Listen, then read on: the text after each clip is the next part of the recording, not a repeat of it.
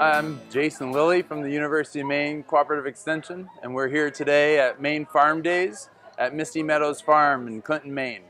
Today we're talking about farm safety, and in particular tractor safety, and how to prevent from rolling over your tractor when you're driving on a steep slope. So we've got our remote control tractor here, and we've got a field that's at about a 20% slope. And you see a lot of farmers driving around with their buckets up high. Makes it a lot easier for them to see under the bucket, but it really creates some dangerous situations. So as you can see, we're driving across the slope, and we come into this territory where you have a big dip in the ground. It might just be a natural feature of the earth or a groundhog hole, and then you might have rises where you have a tree stump or something like that. So as the tractor drives across there, you'll see it's just way too high of a center of gravity with a full load on the uphill slope and with the bucket up high. However, if you take your tractor and keep your center of gravity lower with the same slope, as long as you don't get stuck, you can make it across that slope much safer. So it's good to keep your center of gravity lower. Now if you get into a situation where you're risking rolling the tractor over, it's good to have either a cab on that tractor or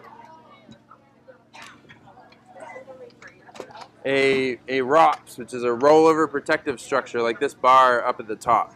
And what that does is make it so if you do get into a situation where you roll, you'll be protected in this area. It's very important that when you're on a tractor with your rollover protective structure, that you have your seatbelt on so that you stay in this area and so you don't get thrown even possibly under the rollover protective structure.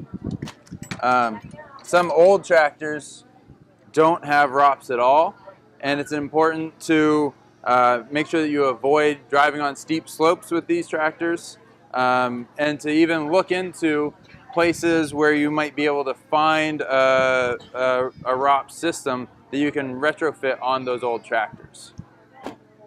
So we've got our tractor safety demonstrations that we're doing here at the farm days. So thank you.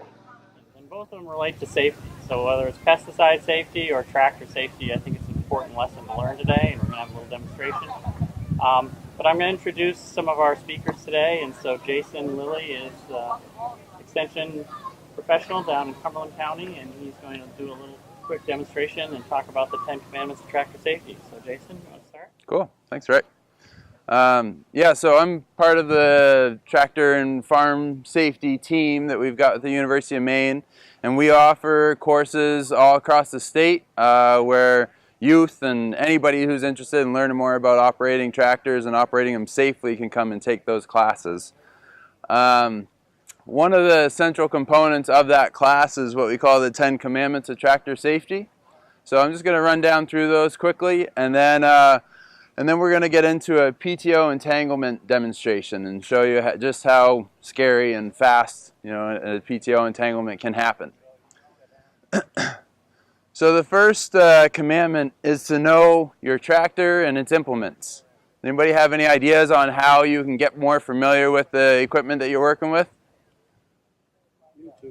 YouTube, there's one way. Any other ideas? How about your operator's manual?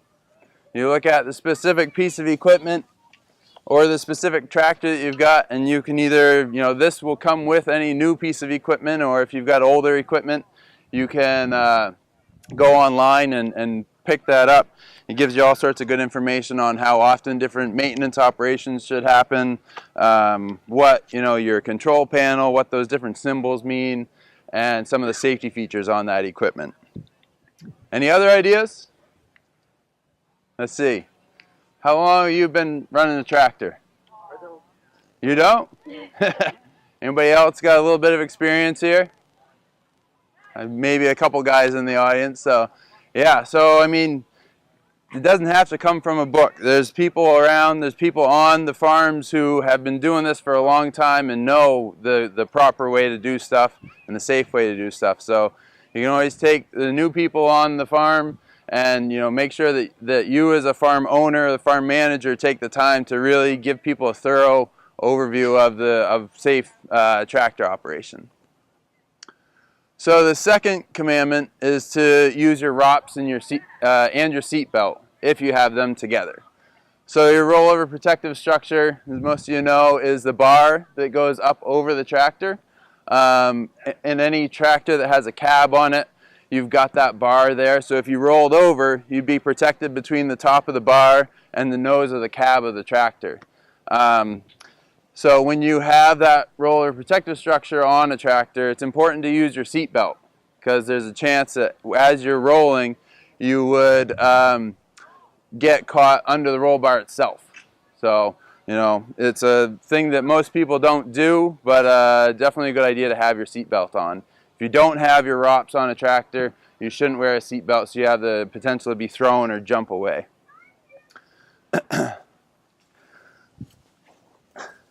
So you got number 3 is to be familiar with the terrain. So we were just talking about the rollover protective structure and the situations in which that would be important is when you're operating on steep slopes and particularly when you're haying or when you're bush hogging a field and you're going to have the potential to have groundhog holes or stumps that you might ride up on. That's a potential for rolling over. So it's a good idea to walk those fields beforehand and make sure that you know where you might come into those situations where you might have the likelihood to roll over. Kathy, do you mind holding these? Number 4 is to, it's always a good idea to let your tractor warm up before you take it out into the field. But who knows why you don't want to let your tractor warm up inside a barn. And carbon monoxide poisoning. So always, start the tractor, roll it out into an open area. This is dangerous for humans and for your livestock. So don't be running equipment inside closed barns. Next, we're going to see why it's important to keep your PTO properly shielded, your PTO shaft. We're working with the organization, the New York Center for Agricultural Health and Medicine, and they're sponsoring a lot of the ag safety work that we're doing here in Maine. And they have these catalogs where they have reduced prices for PTO shaft shields and for other safety equipment like respirators, hearing protection, safety glasses. They also have a great list of different tasks that you might be responsible for doing on the farm and what sort of safety equipment you should have if you're going to be doing those tasks. So we've got these catalogs. Feel free to come up and grab them if you're interested in any of that. And just, the PTOs are one of the most dangerous aspects on a tractor. That's where most of your accidents are going to happen. So always, steer clear of those and never be in around that shaft when the tractor's on. Next we got, it's important to keep your hitches low and on the drawbar. So, we've got this trailing sprayer hooked onto the drawbar down here. The drawbar is connected below the axle. So if we got pulling, there's no chance for the front end to be pulled up because it would actually be kind of corrected by the position of that drawbar. Some people, if you're pulling logs out of the woods, something like that, you might think that it's a good idea to hitch high and get the butt of that log up out of the ground. But if you hitch up above your axle, you have the potential to pull your front end right up and over and backward. So always keep your hitches low and on the drawbar. Next is to never jump off a moving tractor. We had a pretty bad accident just a few months ago. There's a farmer, and he'd been out in the field all day, and he went to get off the tractor, and I'm assuming that it was an older tractor with the stick shift right between your legs. And as he got up, his knee hit that stick shift and put it into gear. He lost balance and fell down and got his legs crushed. So, you know, always a good idea to stop and shut the tractor off all the way before you get off of it. And definitely never get off it while it's still moving, you know. Especially the older tractors, you know, if that's in gear, it's just going to keep going with nobody on it, and it's a pretty dangerous situation. Next is to keep children off of equipment and away from equipment. You know, you see a lot of times people riding on fenders, and you know, I rode on axles when I was young, and it's just a really dangerous situation. So there's one seat on the tractor, and that's because there's only supposed to be one rider on the tractor. Never refuel while the engine's hot. You know, that's just a potential fire hazard. And you know, this is we always feel like in the farming community that we're in a big rush, and it's true, like there's a lot of stuff to get done, but it's worth taking those extra few seconds, really thinking through the different tasks that you need to do. And you know, if you see something that's unsafe, take that extra few minutes and correct it.